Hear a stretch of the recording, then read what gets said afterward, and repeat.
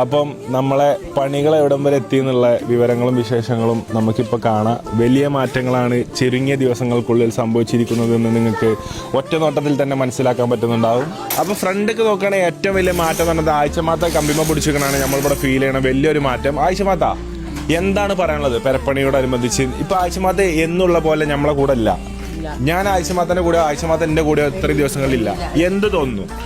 എന്താ തോന്നണേ, ഈ പെരപ്പണി കഴിയാതെ നമ്മൾ ഒരുമിച്ചൂല. പെരപ്പണി കഴിയാതെ ഒരുമിക്കാൻ പറ്റില്ല. അപ്പൊ പെരപ്പണി കഴിഞ്ഞിട്ട് നമുക്ക് ഒരുമിക്കാൻ. പക്ഷെ എന്നാലും ആഴ്ചയിൽ 2 ദിവസം 3 ദിവസം ആഴ്ചമാത്തം പേര് പോലെ തന്നെ ആഴ്ചയിൽ ആഴ്ചമാത്തം 2-3 ദിവസം മാറ്റി വെക്കുന്നുണ്ട് നമുക്ക് വേണ്ടിട്ട്. അത് ആഴ്ചമാത്തന്റെ മനസ്സാണ് അല്ലെ? 28-ാം തീയതി നമുക്ക് സിനിമ കാണാൻ പോണ്ടോ? ഇന്റെ സിനിമ തിയേറ്റർ കാട്ടാളൻ കാണാൻ പോണോ? ഞാൻ വിളിച്ചു.